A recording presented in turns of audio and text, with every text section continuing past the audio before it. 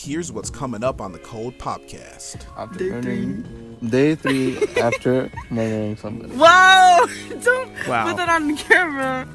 The amount of disconnect that she's able to have with this, because I'm like, that was her father she killed. Yeah, she did accuse her father of abusing her, but the entire father's family said that was not true and that didn't happen. So she was delusional. Yeah.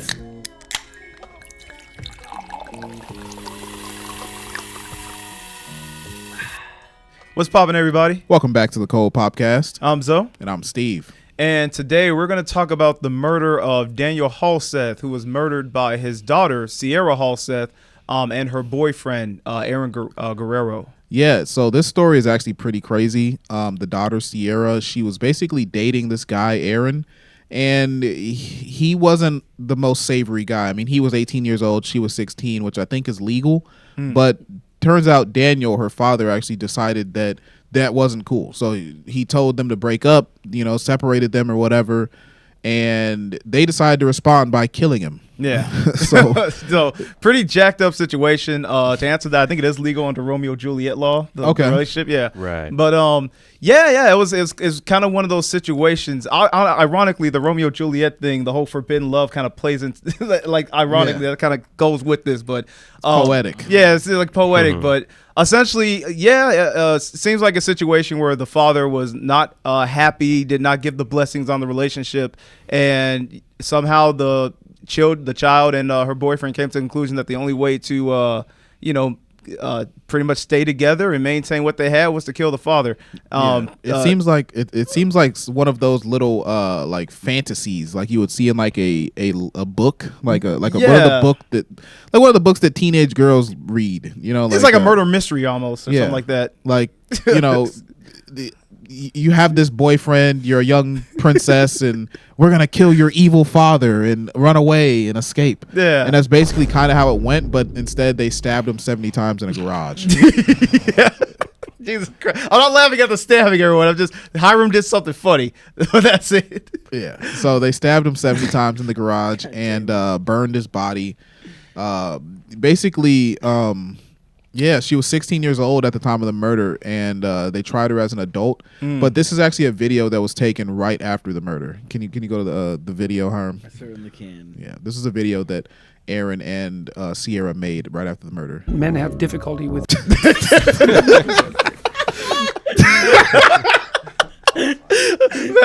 I didn't know Jordan Peterson had something to say about this. Surprise cameo from Jordan Peterson. A little problem there. Jordan Peterson actually did the crime. Yeah, this mystery gets deeper and deeper. Yeah. Can you start at the beginning? Is it at the beginning? I'm gonna restart it. Okay. Yeah. So this was taken. I don't know what to say. Welcome back to our YouTube channel. Day three after murdering somebody. Wow! Don't put that on camera. It was worth it. And we had sex a lot today. It was worth it. I got plenty of sex. So I was payment for doing it. And no bleeding this time. We got through that. We overcame.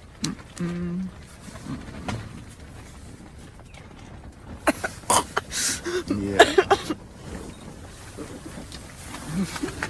So yeah.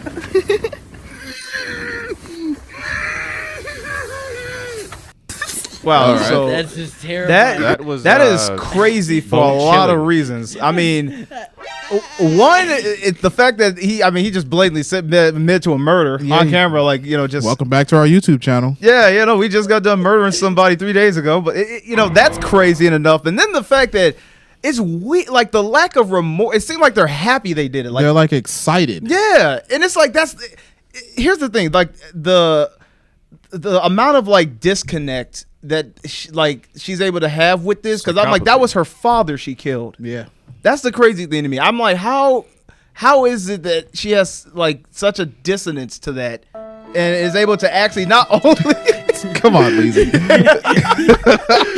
Not only feel be happy, but it's like I said, she seems happy about it. It's not even indifference. She's just we did it. Now we can be free. She's kissing up on the boyfriend. They celebrated with a bunch of sex. I'm That's some serial killer There's stuff. so much context in that one video that was disturbing. Yeah. There's like so much information. It looks like they're in a tent. Yeah, too. they're in a tent. They're probably in the woods, like 2 miles away from the property or something. Or they're making jokes like there wasn't any blood this time either. Yeah, come on now. That was a bad taste. Oh, Yeah, so goodness. they basically got convicted of murder with a deadly weapon, conspiracy to commit murder, arson because they set the body on fire. Oh, wow. Robbery with a deadly weapon because they stole his car as well. Conspiracy to commit robbery and 4 counts of fraudulent use of a credit card. So they stole his credit card and debit card and used that too. To buy the tent, Yeah. right? Wait, Tents what? are expensive. Yeah, they got to buy the tent. They got to get gas for the car. They actually drove 400 miles up to, I think it was like San Francisco or San Diego or something. And they got caught because they were driving her dead father's car. So obviously they were looking for the car. So that's just really dumb, you know? So her mother said the system failed her at every turn. They could have saved her and they failed her. Helgillian, yeah. So hey, you know, I don't know if that girl could have been saved because she seems the mother was insane. vouching for the daughter, saying they could have like done what? Like what could that have been girl done? seemed far gone. Like, Yeah, no, that girl was definitely mentally disturbed, and she psychopath was behavior. with someone who was also a psychopath. right. So that was quite the mixture of just bad. There's also the risk of maybe the guy like coerced her and made her like become a psychopath. Like not. It does seem like it was an abusive relationship right off the bat. He Yeah. was like grabbing her throat. Yeah, you can and see like the choking little her. tendencies there where it's, you know. He did take her virginity from like the context of what was saying. Yeah. So it seemed like this definitely happened in 2020. So you know that's not too long ago. Yeah. You know, some people. I mean, they always say like, well, once you get desensitized to certain things, you can do crazy things. So maybe she was just really desensitized and was like, she did accuse her father of abusing her, but the entire father's family said that was not true and that didn't happen. So So she was delusional, and Yeah. like it was just made worse by the psychopathy of her weird boyfriend. Yeah. You know what? I could see it, and this is just speculation, of course, because I do know, like, I don't know if we talked about the fact that her father was divorced from her mother, but I think, like, maybe that could have played into, like, maybe, like, her cognitive dissonance towards her father. Maybe, like, I don't know how bad the divorce was, since apparently it was, like, an abuse thing. But I could see, like, her as a child kind of seeing that and having, like, kind of more of a distance, like a distant like ideology towards her dad, maybe not viewing him as someone that she cares or respects anymore. And you know, maybe a lot of like, you know, a lot of hurt in her heart and, you know, like wanting to lash out, because I know, you know, young girls kind of have that thing, like, you know, with they, you know, especially have daddy issues. Well, like it's divorced parents and stuff. yeah, the whole Yeah. divorce, because I've met girls that are kind of like they have divorced parents, and you know they get animosity towards one of the parents or both. So it was like there could be that, coupled with the fact that, you know, that made her, you know, branch out to start dating, like, you know, the An type. adult. Yeah, exactly, like adult, like basically guys that are, you know, not the best of like type of people. And then it's also, this guy's probably a psychopath in himself. She's extremely vulnerable, which means easily influenced, and that probably pushed her even further down this ideology of, you know, not like to the point to where she doesn't care about and has so much animosity towards her dad. She's like killing him. Doesn't even sound like a crazy prospect. In fact, she's happy about it. Yeah. Could you go back to so let me see that quote. So there's actually some quotes from him. Scroll up a little bit, like all the way to the next comment. So keep going. Yeah. So basically they asked him whose idea was it to commit the murder. He said, well, I would say it was both of our ideas because we didn't know exactly what we were going to do, but we knew we had to do something about it, and it turned out terribly wrong. After the murder, the teen stole his car, and they were found in Salt Lake City. So they were in Salt Lake City, not San Diego. Right. But I don't know what turned out terribly wrong, because if they were going out to commit a murder, they definitely pulled it off. Yeah, I'm like, I don't know what the terribly wrong would imply. Like, was it supposed to be cleaner than what happened, or No, I think the terribly wrong was they didn't realize they have no impulse control and they killed somebody. probably? And then they were like, video games is not life. Yeah. Well, and I also Because, think like that it what hit they, them after he's dead. Like, oh, Yeah, no, it happens. There's a lot of often you see that's like a lot of murderers do have remorse. And I quite literally think They that need there's that to literally take them to jail. like when it comes to child murderers, I almost sometimes think that they expect the person when they stab them or shoot them or whatever, they expect them to just like poof into a cloud of pixels and then disappear. But no, it's like actually you just killed somebody. There's results from those emotions that you were unable to deal with. Right. Yeah. And I think that is interesting because, like you said, they have like, I think in their head there's like this detached feeling that they think they're gonna have. It's delusion. Exactly, until they stab, like they hear someone's blood curdling scream, they see like the light fade from a person's eyes. Like I think that is jarring to a person where they're like, actually killing someone is way more different than what you think it's gonna be. Right, but they did stab him 70 times. They stabbed him 70 times, so I feel like they probably in the moment were like really into it or something. I don't know.